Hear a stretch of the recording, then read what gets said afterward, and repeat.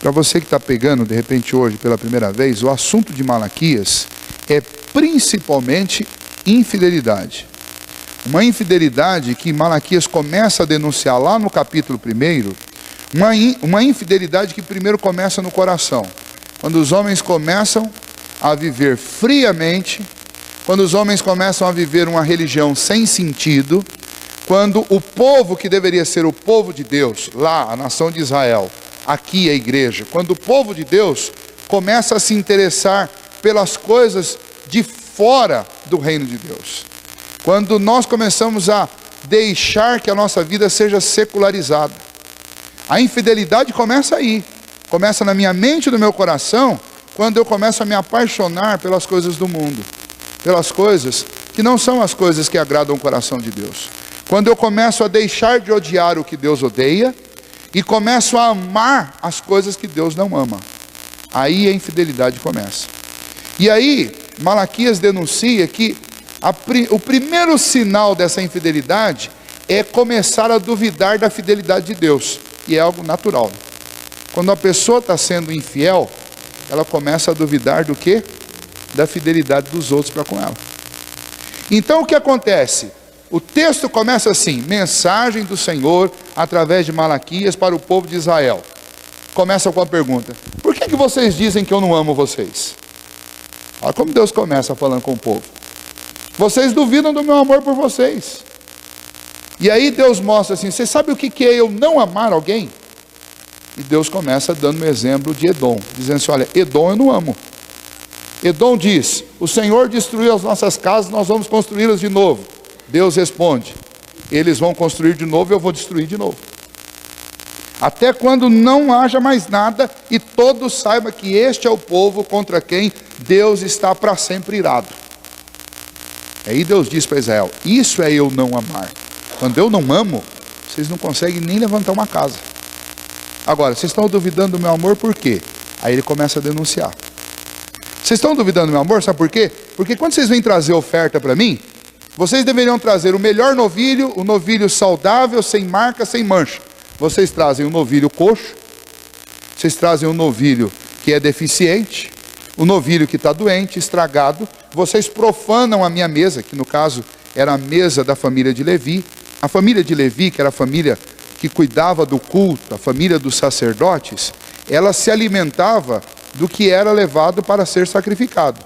Portanto, se as famílias de Israel levassem animal estragado, animal podre, animal deficiente, a mesa do Senhor, da qual se alimentava a família de Levi, seria, o próprio Deus diz que a mesa dele foi profanada.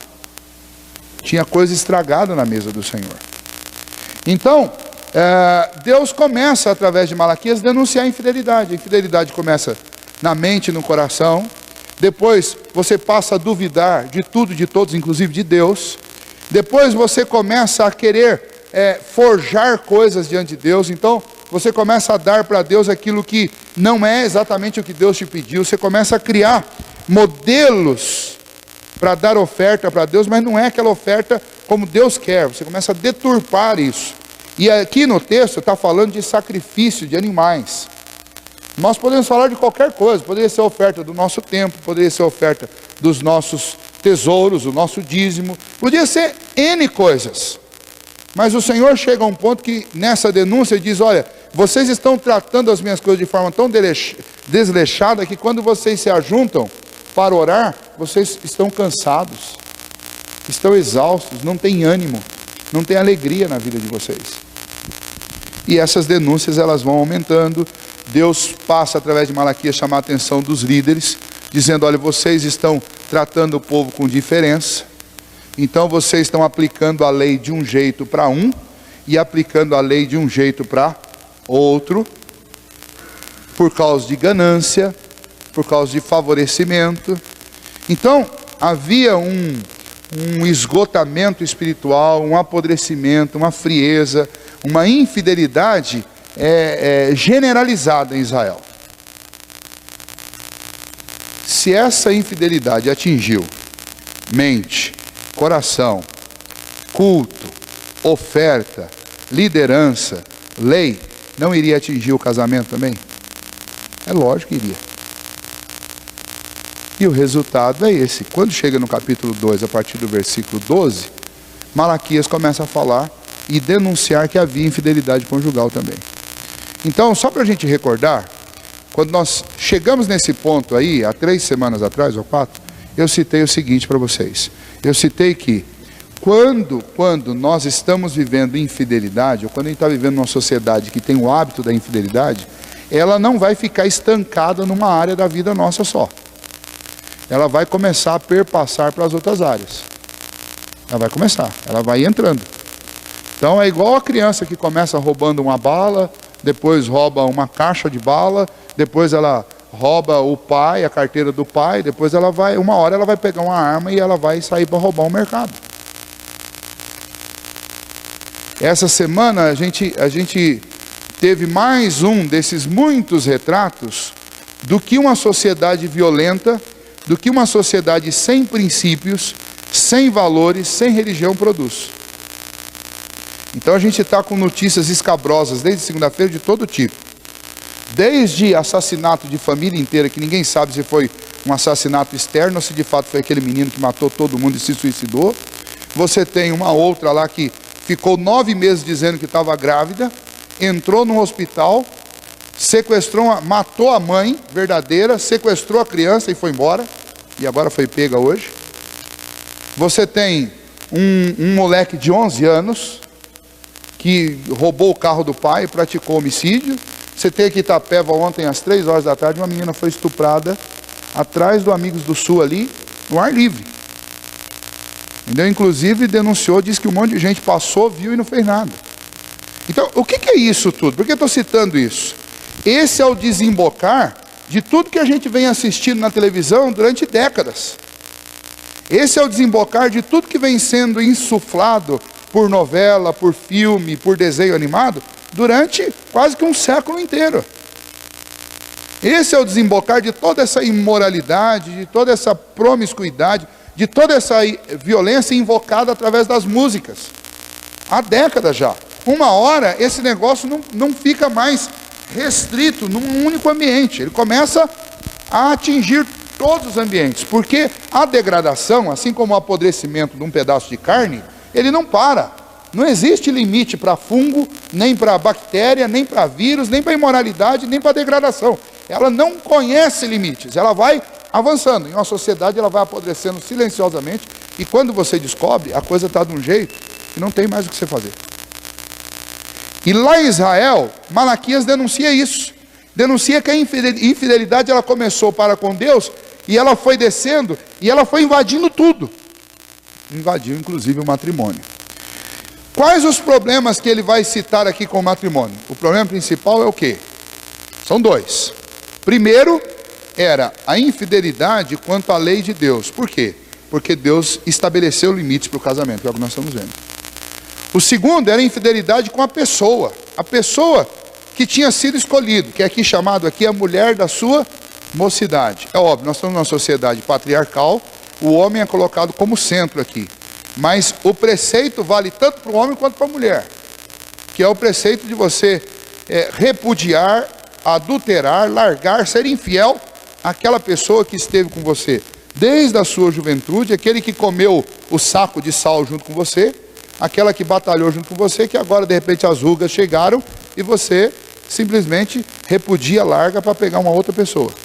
E lá no caso de Israel ainda tinha um outro problema. Deus mandava que o povo se casasse entre patrícios, entre gente da mesma nação, israelita com israelita. E aí eles estavam buscando estrangeiras, gente que não adorava a Deus, estava sendo trazido para dentro da família de Deus. Por quê? Porque os homens estavam sendo infiéis. Esse era o problema que estava instaurado lá. O link conosco é muito óbvio. Tudo o que estava acontecendo em Israel naqueles dias está acontecendo aqui hoje, nos nossos dias, dentro e fora da igreja. É frieza, secularização, dúvidas a respeito das intenções de Deus. Gente, vocês não fazem ideia o que o pastor ouve. A gente ouve tanta coisa, mas se alguém perguntar assim, pastor, qual é uma das coisas principais que você ouve em relação a Deus? Olha, eu ouço muita insatisfação em relação a Deus. uma das coisas que eu mais ouço é insatisfação em relação a Deus. Gente reclamando de Deus e duvidando das intenções de Deus. E aí a pessoa não tem coragem de dizer isso, fala assim, eu não sei o que vai dar isso, viu? Eu acho que Deus sabe o que Ele está fazendo. Acho que Deus sabe o que Ele está fazendo. Mas normalmente essa frase ela vem eufemizada. Essa dúvida das intenções de Deus, ela vem eufemizada. Ela vem assim, olha, sinceramente eu não sei o que Deus quer com isso. Isso é um eufemismo. É um eufemismo para dizer assim, eu não estou nem um pingo contente com o que Deus está fazendo. Não estou gostando. E eu duvido que esse negócio vai dar certo. Mas eu não vou ter coragem de falar isso. Aí eu digo, olha, eu não sei o que Deus quer com isso. Mas essa é a marca dessa sociedade. Uma sociedade exatamente igual ao povo de Israel. Nós estamos vivendo essa realidade. Frieza, falta de fervor, secularização. Nós estamos amando, nós estamos apaixonados pelas coisas do mundo. Então a gente quer fazer cada vez mais com que a nossa vida, o nosso cotidiano, a nossa vida doméstica seja parecida com a vida daqueles que não são cristãos.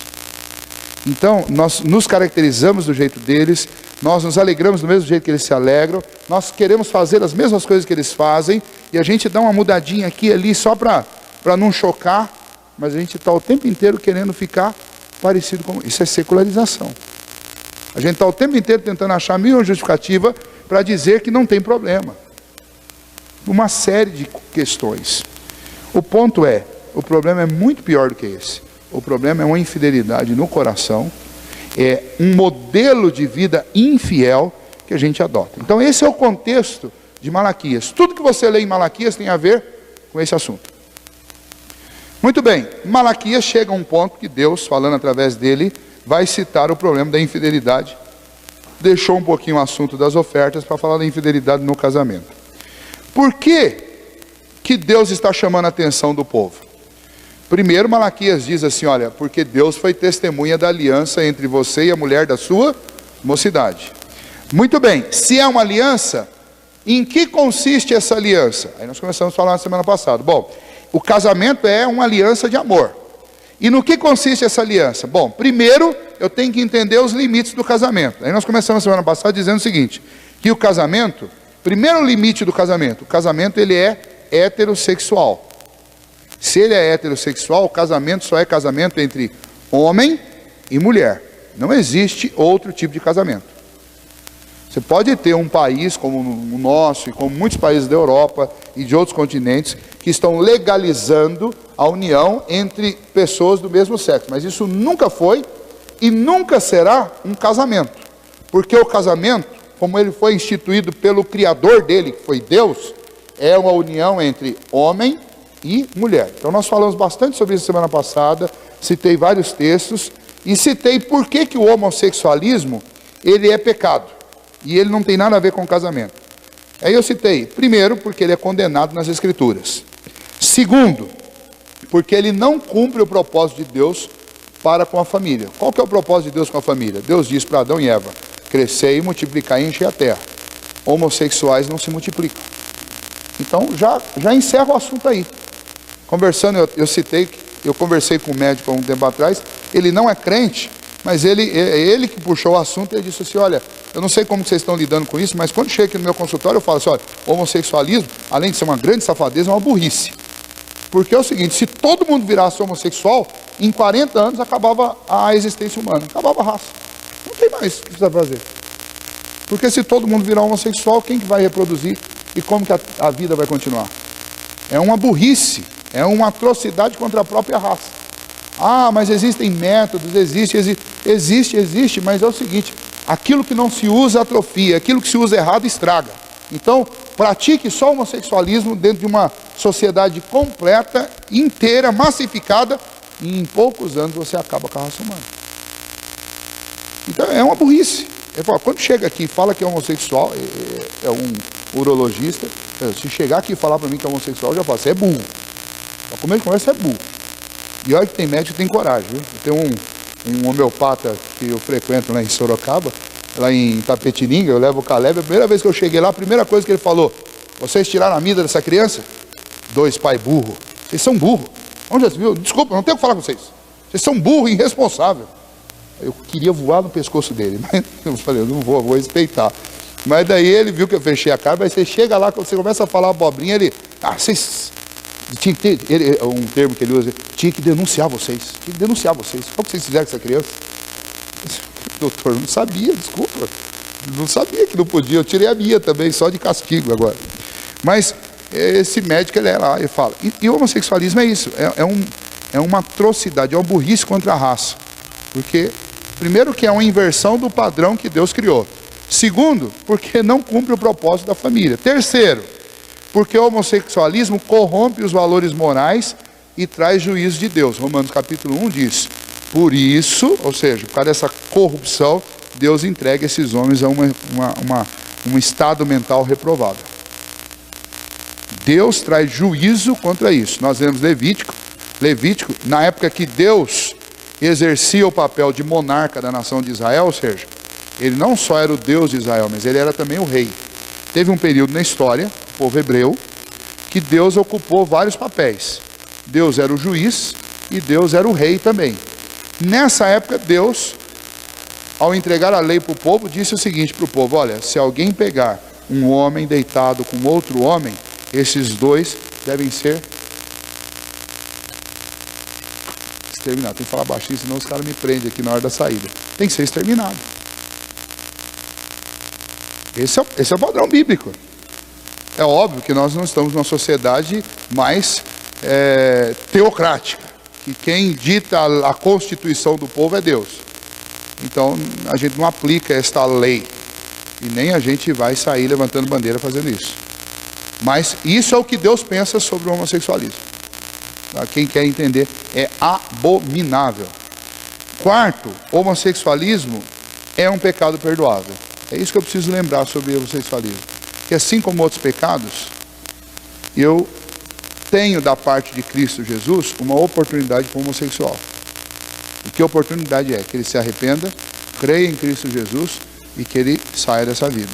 É isso.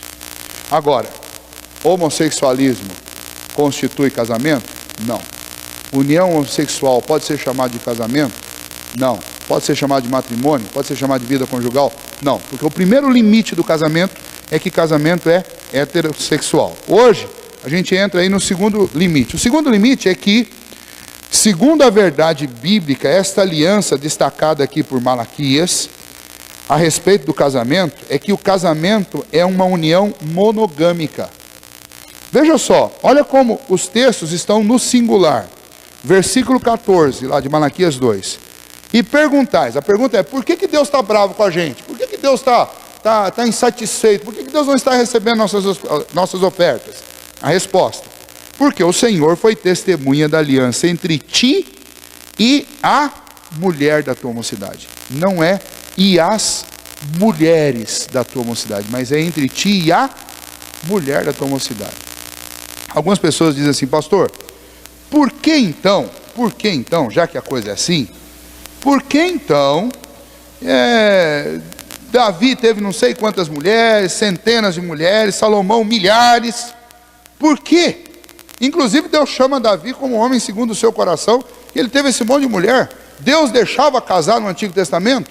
Não, Deus não deixava. Eu vou te provar isso, eu te provo isso em Gênesis. Quando Deus fez para o homem uma auxiliadora, quantas eram? Uma só. Se Deus quisesse que o homem tivesse 5, 6, 10, 9, 20, 100 mulheres, Deus tinha feito quantas Evas? Deus tinha falado para Adão assim, Adão, vai fazer a caça ao tesouro agora. Tem um monte por aí, ó. Não, fez uma para Adão. Uma mulher. Quando o Senhor Deus institui o casamento, ele diz, por isso deixa o homem pai e mãe e se une a quem? As suas mulheres? E se une a sua mulher. Quantas são? Uma. Por que existia poligamia no Antigo Testamento? Por desobediência aos preceitos de Deus. Olha, por que Moisés, quando recebe o decálogo, você já leu como está o decálogo? não cobiçarás quem? As mulheres do teu próximo? Não, o texto está lá no singular. Não cobiçarás a mulher do teu próximo. A lei é muito clara em relação a isso. Não adulterarás. Ou seja, se você tem mais de uma mulher, não tem como você não adulterar. Se você está casado 100 vezes, uma foi a primeira, essa é a tua esposa. As outras quem são? As outras são relacionamentos adúlteros. Mas pastor, então esses reis, eles cometiam esse pecado? Cometiam, lógico que eles cometiam. Davi sofreu tanto com isso, e Davi chega a um extremo tão grande, que Davi, ele trama a morte de Urias, para poder ficar com Betseba, para esconder a gravidez. Ele ainda traz Urias da guerra antes, para que ele passe uma noite com a esposa, depois manda de volta para frente de batalha, para ele ser morto, para tentar esconder isso. E quando o plano parecia que estava todo resolvido, chega o profeta Natan e vai e diz aquela historinha para ele, que é a historinha que arrebentou com ele. Disse: olha, conheço um homem que tem uma única ovelha, ela é de estimação, é uma ovelha querida, ele trata dela com todo carinho, porque é a única que ele tem. Mas o vizinho dele recebeu em casa muita gente. Esse recebeu aí para mim é receber o inimigo, né? É o que Davi estava zanzapeando lá pelo palácio. E aí o que aconteceu com ele? Naquela época não tinha internet, não tinha televisão, não tinha nada, e ele foi dar uma olhada lá pela janela para ver se via alguma coisa interessante. Quem que ele vê? Ele vê lá a Bela, que estava lá tomando o sol, exposta lá. No coração dele, a tentação vem e ele cede. Aí Natan diz para ele assim: e esse vizinho, recebendo visitas em casa, quis dar um banquete. Esse vizinho tinha muitos rebanhos, mas ao invés de pegar uma ovelha do seu rebanho, o que ele fez? Foi lá e pegou a ovelha de estimação do seu vizinho, que só tinha uma. Ó rei, o que é justo fazer com esse homem? Resposta de Davi, mais do que direta: que esse homem morra. Resposta de Natan: tu és o homem. Até arrepio só de falar desse negócio. Tu és o homem. Ora, por que essa repreensão? Porque está aqui em jogo uma questão. Bom, o rei pode fazer qualquer coisa. O rei manda matar, o rei deixa viver, o rei toma, o rei pega. Só que aquele rei ali, ele atacou a instituição mais, que é a menina dos olhos de Deus. Ele atacou um casamento sólido. Ele atacou um casamento. Ele destruiu uma família. E isso, ele já estava em pecado por causa daquele tanto de mulher que ele tinha. E agora, ele ainda vai e toma a mulher de Urias. Qual o limite do casamento? O casamento tem vários limites. Primeiro, casamento é heterossexual. Segundo, casamento é monogâmico.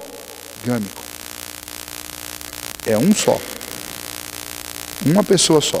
Você escolhe bem e depois você vai viver esse relacionamento conjugal com essa pessoa que você escolheu. E aí nós temos textos. Nós temos textos do Antigo Testamento, que eu citei alguns, vou citar alguns do Novo. 1 Coríntios 7:2 diz: cada um tem a sua própria esposa, e cada uma o seu próprio marido. Está lá, 1 Coríntios 7, versículo 2. Quer outro? 1 Timóteo 3:2. É necessário, portanto, que o bispo seja esposo de uma só mulher. Quer mais? Vamos lá. Mateus 19, de 4 a 6. Então ele respondeu: não tendes lido que o Criador desde o princípio os fez homem e mulher, e que disse: por esta causa deixará o homem pai e mãe, e se unirá à sua mulher, tornando-se os dois uma só carne. Veja só, vamos fazer essa conta aqui. O homem um, a mulher um, quando se juntam os dois, nós temos quantas pessoas? Uma só. Não temos duas pessoas. Nós temos uma. Ele diz, os dois se tornam uma só carne. É indivisível. Não tem lugar para uma terceira pessoa aqui.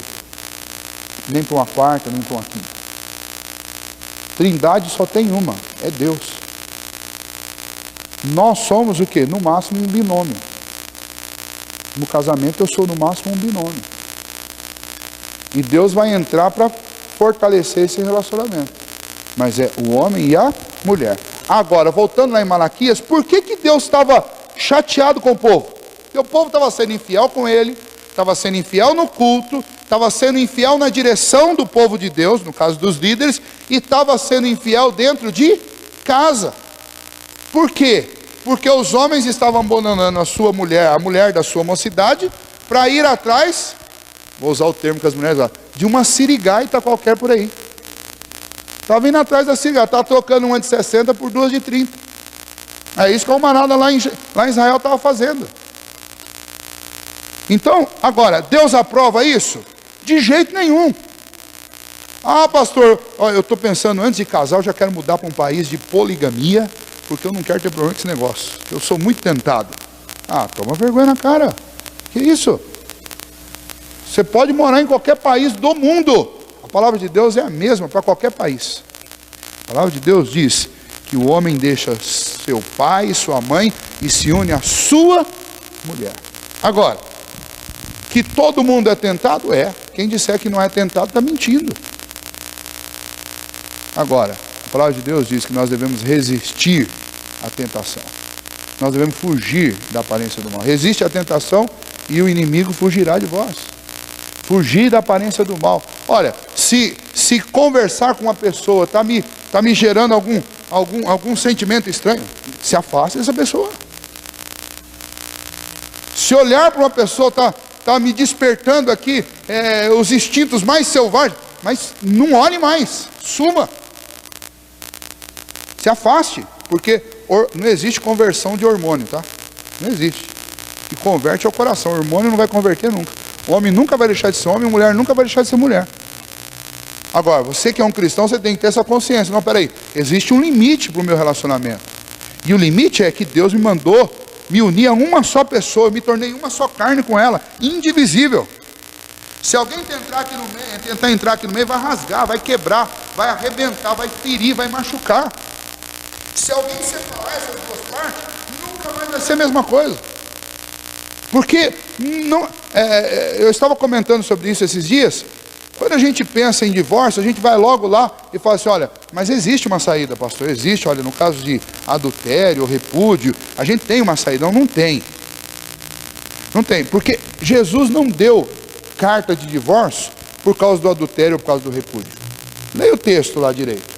O texto diz, por causa da dureza do vosso coração, é que ele dá carta de divórcio. Ou seja, é por vocês não conseguirem perdoar. Então não vai ficar ninguém lá, vai ficar ao ponto de um matar o outro? Não vai, então separa. Mas o argumento para poder divorciar ou não poder divorciar não é adultério. Não é repúdio. O argumento é dureza de coração. Jesus diz, por causa da dureza do vosso coração. É isso que está no texto. Por causa da dureza do vosso coração vos dou carta de divórcio. Por quê? Porque o coração é duro demais. Duro para conseguir passar, atravessar, perdoar essas coisas. Então, a gente precisa entender esse limite. Qualquer pessoa estranha vai trazer. E aí, no caso, é importante que tanto o homem quanto a mulher fiquem atentos. Porque nenhuma pessoa estranha entra num relacionamento, começa a interferir no seu casamento, sem que alguma coisa diferente comece a acontecer. É mudança de comportamento, mudança de horários, mudança de humor, alguma coisa vai acontecer. É impossível que entre uma terceira pessoa entre você e seu marido, ou você e sua esposa, e nenhuma diferença aconteça. Por mais disfarçado que uma pessoa seja, alguma coisa começa a acontecer. E aí, esse é o momento do bom senso, do insight, da presença, de chegar, ó, querido, querida, tem alguma coisa errada. Estou sentindo você distante, você não é assim. O que está acontecendo? Nós somos uma só carne. Não há nada que você sinta que não interfira em mim. Não há nada que eu sinta que não interfira em você. Agora, a gente não pode, a gente precisa conversar. Porque se a gente não conversar, o inimigo, ele vai abrir um buraco, vai tampar, deixar aquilo ali parecendo um chão sólido, e quando você pisar, você vai afundar e vão se ferir todos da casa. Porque casamento tem um limite. O limite é, Deus nos fez para o homem para uma mulher e a mulher para um homem, para um só. É monogâmico. Norman Geisler diz algumas coisas no seu livro sobre casamento, citando os problemas relacionados à poligamia. Ele diz, primeiro, a monogamia foi ensinada a nós por precedência, ou seja, Deus começou a história com um homem e uma mulher. Então, a nossa procedência e aquilo que precede o nosso entendimento a respeito de casamento é exatamente a relação de um homem e uma mulher. Portanto, a poligamia, ela é perigosa porque ela não é a origem da nossa vida. Segundo, a monogamia foi ensinada por preceito, ou seja, existe lei determinando que seja monogamia. Então, acreditar ou defender a poligamia é ir contra uma lei estabelecida pelo próprio Deus, que é o Criador do casamento. Terceiro, monogamia foi ensinada como um preceito moral contra o adultério, ou seja, qual o remédio contra o adultério? A monogamia, o casamento do jeito que Jesus ensinou, do jeito que Deus ensinou. Então, casamento é uma relação monogâmica. Última coisa que eu queria falar sobre isso. Como é que uma terceira pessoa entra no casamento? Não é da noite para o dia. Não é assim, ó. Uma terceira pessoa entra com uma amizade, entra com muitas conversas, muitas e muitas conversas. Uma terceira pessoa entra no casamento com o quê? Com muita simpatia, com muita sutilidade. Entra do mesmo jeito que entra qualquer outra pessoa dentro da sua casa, pela porta da frente. É assim que entra uma terceira pessoa num casamento. Então, existe uma estatística dizendo que a maioria dos adultérios e dos divórcios provocados por terceiros, por outra pessoa, normalmente esses terceiros são pessoas próximas da família. Não são gente estranha, é gente de perto. Gente de perto que não tomou cuidado, junto com um cônjuge também foi descuidado e começou a achar afinidades. E aí vai estreitando, estreitando, estreitando. Tem um casal amigo nosso, de outro estado, que estão vivendo um dilema em relação a esse assunto, eu posso falar sobre isso. A própria secretária deles, a pessoa que auxiliava em casa. Então o marido trabalhava em casa. A Jo já falou, por isso que o meu marido não trabalha em casa. O marido trabalhava em casa, tem um escritório montado em casa. E aí o que acontecia? A esposa, professora, dava aula o dia inteiro. Então ela passava o dia inteiro fora de casa e o marido o dia inteiro em casa era atendido prontamente pela secretária. Cafezinho no escritório, e limpa o escritório, e almocinho na hora certa, e cafezinho da tarde, uma frutinha, tudo determinado religiosamente pela esposa. A esposa fala assim, ó, tal hora você leva um cafezinho que ele gosta, tal hora você leva uma fruta que ele gosta, deixa a água dele lá sempre geladinha, almoço ele gosta de orar. Veja só, a esposa, ela é extremamente organizada, deixou tudo certinho. Só que nesse meio de campo, o que aconteceu? Quem passou a conviver mais tempo com o marido? A secretária convivia mais tempo com o marido do que a esposa. E isso pode acontecer pessoalmente hoje e pode acontecer também virtualmente hoje. Porque às vezes uma pessoa passa conectada com você ou com seu cônjuge mais tempo do que você tem de proximidade. Aliás, guardem bem uma frase. As redes sociais, elas têm um alto poder de nos aproximar das pessoas que estão longe. Mas ela nos afasta das pessoas que estão perto, próximos de nós. Então a gente precisa tomar muito cuidado com isso. Porque a gente fica entusiasmado. Olha, encontrei fulano que eu não via desde a época do colegial. Outro dado, pensando ainda em monogamia e problemas relacionados ao adultério. Não fale mal do seu cônjuge, para ninguém. Não fale. Uma vez eu estava dando um estudo sobre Neemias aqui, eu falei sobre isso. Eu falei assim, olha, Neemias, depois que ele chorou, que ele orou, ele foi falar com o rei. Foi contar o problema dele para o rei. Por quê? Porque contar o problema da gente para a pessoa errada é uma grande chance de você piorar o problema. Você tem que contar o seu problema para a pessoa que pode resolver o seu problema. Você contar para uma pessoa que não vai resolver o seu problema, você só vai aumentar, vai amplificar o seu problema. E aí eu citei o exemplo que a mulher começa a falar mal do marido para a vizinha, para o vizinho, uma hora ela acha uma divorciada, uma viúva nova, alguma coisa desse tipo lá, ou uma mal intencionada mesmo, e vai falando mal do marido, a outra sirigaita olha na rua e fala, mas rapaz, por que ela fala mal dele? Olha que bonito, que homem apresentável, né? Olha o carrão dele, bem sucedido, deve ganhar uma nova, e ela falando mal dele. Aí a sirigaita já começa a se vestir toda diferente e fica lá na frente na hora que o maridão vai sair. O maridão sai chateado, porque a mulher soltou a carranca nele, ele sai de casa daquele jeito. E a vizinha está lá. Amiga, depois chega, o que aconteceu? Eu vi ele saindo com a cara feia. Ah, esse traste, esse não sei o que, a vizinha está vibrando. Mas quanto mais ela pisa, mais chance eu tenho. Aí tem que tomar cuidado para quem você conta seus problemas.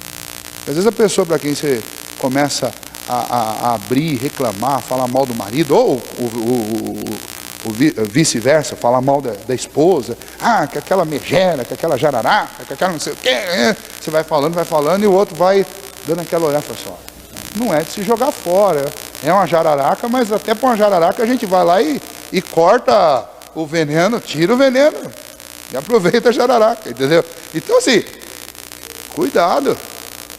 A Josiane está dando risada porque jararaca é o apelido que ela recebeu aí, não sei de quem. Mas veja só, perdão, veja só, cuidado, o adultério, ele está muito relacionado, muito intimamente relacionado com a qualidade que o casamento tem. Muito relacionado. Não devia, né?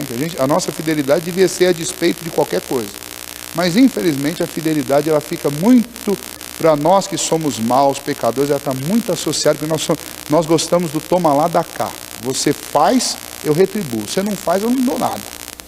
Então a nossa fidelidade está muito ligada nisso. Então quando a qualidade do casamento decai, as oportunidades para os de fora começam a aumentar. Então cuidado. Limite do casamento. Casamento é monogâmico. Quero citar ainda mais uma coisa hoje, antes da gente encerrar. O casamento ele é monossomático. O que é monossomático? Significa o quê? Significa que o casamento é uma somatória, é uma homogeneização. Ou seja, eu não caso para continuar sendo uma pessoa sozinha. Eu não caso para continuar vivendo no isolamento. Eu não caso para viver na solidão. Eu não caso para continuar vivendo abrasado, sem alguém com quem me dessedentar. O casamento é monossomático. Significa o quê? Que o casamento tem uma somatória de tudo. Tudo. Eu vou somar as minhas emoções, eu vou somar o meu trabalho, eu vou somar as minhas finanças, coisa que as pessoas têm muita dificuldade de fazer isso, mas faz parte do casamento. Eu vou somar o meu patrimônio, eu vou somar a minha carne. Quando essa somatória não acontece em uma dessas áreas da vida, vai ter problema. Mais cedo ou mais tarde vai ter problema. Uma vez eu cheguei numa casa, num domingo de manhã, 7 horas da manhã, buzinar na frente da minha casa. Pastor, se o senhor vai lá em casa, que a coisa está feia. Aí vamos lá então. Aí, bom, chegamos lá. Tinha uma mesa assim, aquela mesa tinha não sei quantos carneiros da Casa Bahia, pernambucano, aquela coisa espalhada em cima da mesa. Vocês dão risada, o negócio era feio. Um marido bravo, a mulher chorando, os filhos em volta ali, aquele desespero. O que está acontecendo aqui? Não, pastor, o que está acontecendo é o seguinte, porque aconteceu um acidente ontem, bati o carro, foi culpa minha. Não tinha seguro, eu tenho que fazer o meu carro e o carro da outra pessoa. Isso é a mulher falando. Ok, e aí? O que aconteceu? Aconteceu o seguinte, pastor, aconteceu que assim, tudo que eu ganho está comprometido. E eu tinha que pagar todo mês R$500 para o meu marido, que eu peguei um dinheiro emprestado dele. E agora, como eu bati, eu tenho que pagar o conserto dos carros, eu não vou ter como pagar. E ele está brigando comigo, está quase me expulsando da casa, por quê? Porque ele quer o dinheiro. Ele disse que eu emprestei, eu tenho que honrar com a minha palavra. Eu quase que eu falei assim, ó, para tudo que eu quero descer do trem.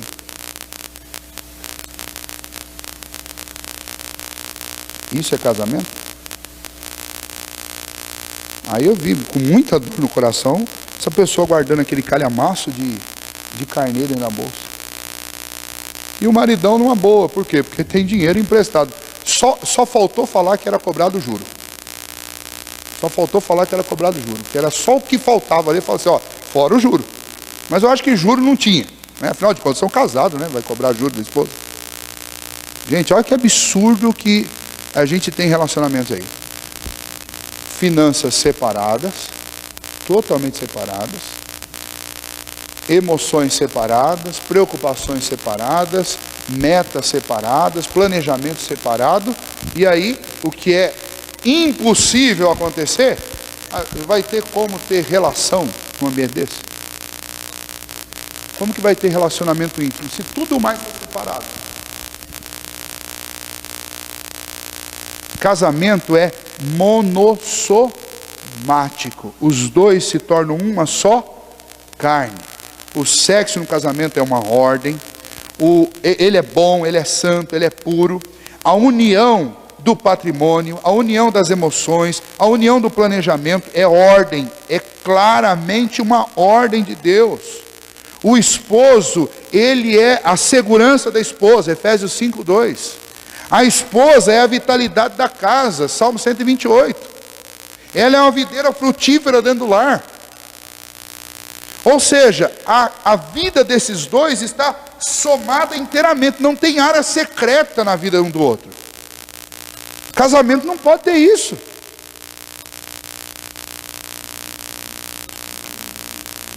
Eu posso citar coisas pessoais minhas. Uma das maiores crises que eu tive com a Sibeli é por causa de uma mala que eu tenho lá, que é uma mala secreta, ninguém mexe. Tem até segredo, eu tive que acabar com o segredo da mala. Ou eu acabava com o segredo da mala, ou acabava o casamento. Por quê? Porque eu cresci numa família que meu pai tinha uma mala que ninguém podia chegar perto, a balinha dele lá, estava lá, ninguém tocava. Quando eu casei, a primeira coisa que eu fiz foi arrumar uma mala para mim também. Meu pai tinha, eu quero ter uma também. Aí que eu descobri, depois disso que eu descobri, que possivelmente muitos problemas que meu pai teve era por causa daquela maldita mala trancada. E eu acabei tendo uma série de problemas por causa da mala trancada. Destranquei a mala, eu não quero perder minha mulher nem meu filho, por causa de uma mala trancada. Porque a gente quer casar, mas a gente quer continuar tendo um lugar só para mim. Então não casa. Se você quer ter um lugar só você, não casa. Porque casamento significa somatório. O casamento ele é monossomático.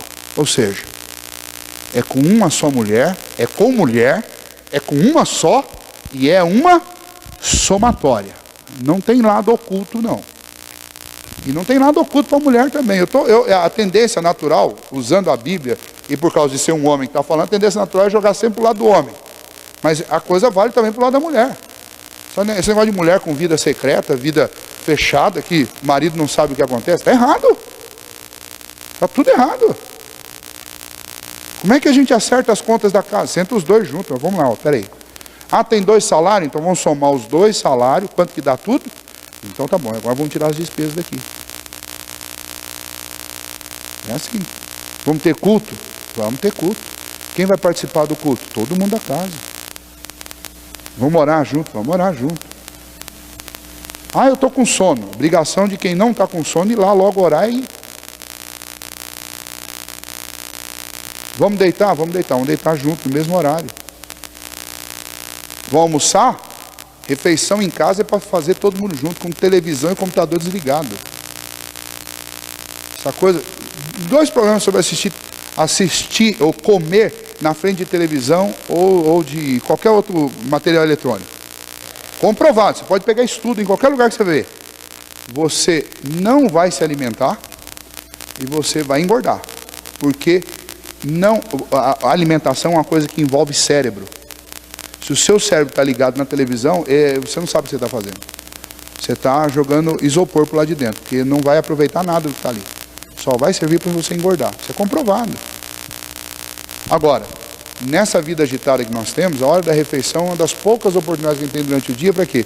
Para olhar olho no olho da esposa, do filho, perguntar como é que está indo o dia, e aí vamos lá, já passou metade, daqui a pouco a gente termina o dia, vamos fazer alguma coisa junto, combinar o que vai fazer à noite. Agora, se chega nesse momento, ninguém está disposto a ceder, então um vai para a televisão, o outro fica na cozinha, outro vai para a sala, outro vai para a área, outro nem senta para comer, já come em pé porque tem que sair logo. Isso não é casamento monossomático. Isso é alguma outra coisa, mas não é casamento monossomático. Casamento monossomático envolve o quê? Essa união no lar. Se você ler o miolo do Salmo 128, diz: os filhos ao redor, a esposa no interior da casa é como a videira frutífera, e os filhos ao redor da mesa como rebentos da oliveira. É a ideia de, são mudas que são enxertadas no casal, e elas recebem ao redor da mesa, ou seja, no assentar, no ajuntamento da família, os filhos recebem a seiva. Quando não há esse ajuntamento do casal, da onde os filhos vão tirar a seiva? Eu te ensino. Eles vão tirar a seiva da televisão. Eles vão aprender, como estão dizendo aquele garotinho, se confirmar isso mesmo, eles vão aprender a desejar o que aquele menino de 13 anos desejava. O que ele desejava? Desejava ser um matador, desejava fugir de casa, desejava morar num lugar abandonado. Sabe onde ele aprendeu isso? Ele aprendeu isso aí nos filmes do Harry Potter, nos filmes de ação desses mercenários. Assim, ele aprendeu nesses lugares aí. Foi aí que ele aprendeu. Sabe por que ele foi aprender lá? Porque ele não tinha aprendizado em volta da mesa. Porque o lugar onde a gente transfere princípios para os nossos filhos dentro de casa é ao redor da nossa mesa. Então, horário de refeição é horário sagrado em casa. É horário que senta todo mundo, desliga tudo. É horário de fazer oração. É horário de perguntar o que está acontecendo, conversar um com o outro, comer olhando um no olho do outro. Isso é a normalidade de uma família.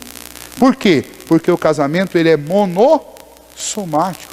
Não tem ninguém mais importante com quem você falar na hora que você vai se alimentar. É a sua família.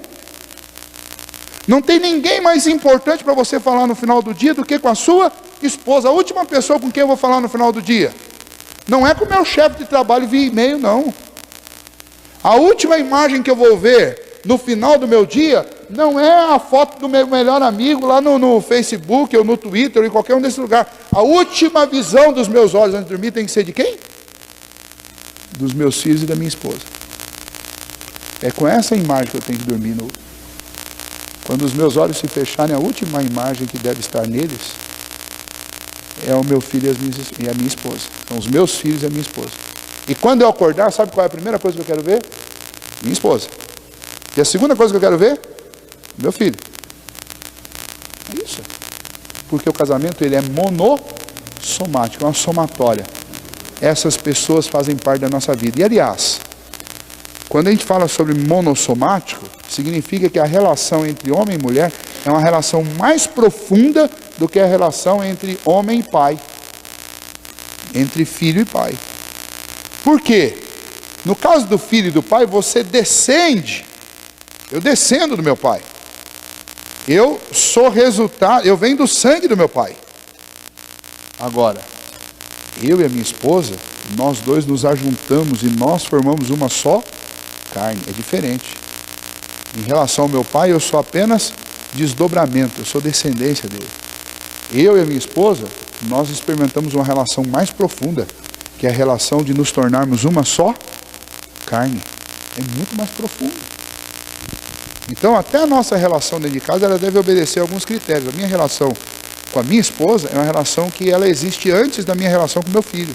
Então, a relação primordial dentro da minha casa, qual que é? É com a minha esposa. Quando os meus filhos se casarem, quem que vai continuar lá? A minha esposa. Quem que vai envelhecer comigo? Com os meus filhos? Não, é minha esposa. Então, casamento é monossomático, ou seja, é uma somatória de tudo. Nós nos ajuntamos para nos tornar uma só carne. Então, quando eu penso em matrimônio, eu penso em união heterossexual, eu penso em união monogâmica e eu penso em união monossomática.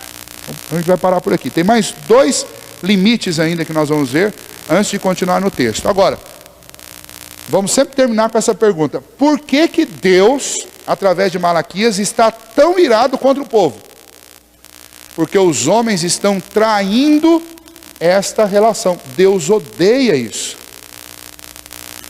Esta aliança da qual Deus foi testemunha, porque os homens chamaram lá e falaram: Senhor, o Senhor é testemunha da nossa união. O que acontece quando a gente faz um casamento aqui na igreja?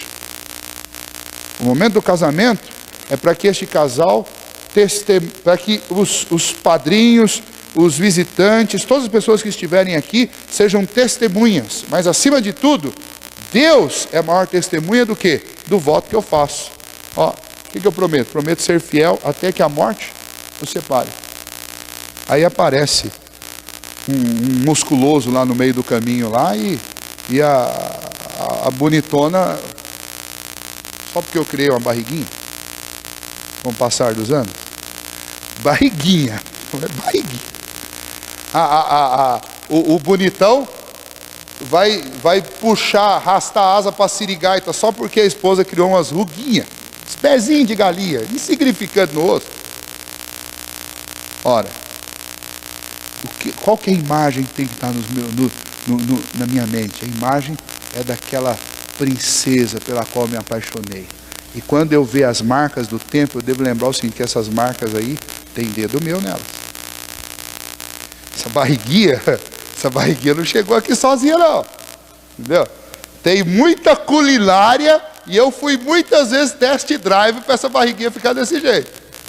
Então, o pudim está maravilhoso hoje, depois de 12 anos de casado. Mas vocês não sabem por onde esse pudim já passou. Eu experimentei todos. Então, peraí, vamos lá.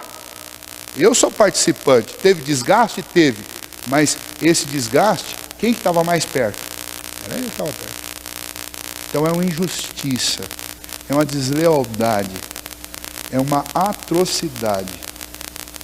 Quando eu fecho os olhos para essa história toda que foi construída juntos, para abrir os olhos para alguém de fora. E é contra aquilo que é ensinado pelas Escrituras. Então, se existe um tesouro, um patrimônio do qual nós devemos zelar, é o nosso casamento. Ele é mais valioso do que qualquer coisa que você já tenha conseguido. Ou ganhar com seu esforço, ou herdar, ou conquistar com seu trabalho. O seu casamento, ele é mais valioso do que tudo isso. Se você perder tudo isso, mas preservar o casamento, glória a Deus, Deus estará muito feliz com você.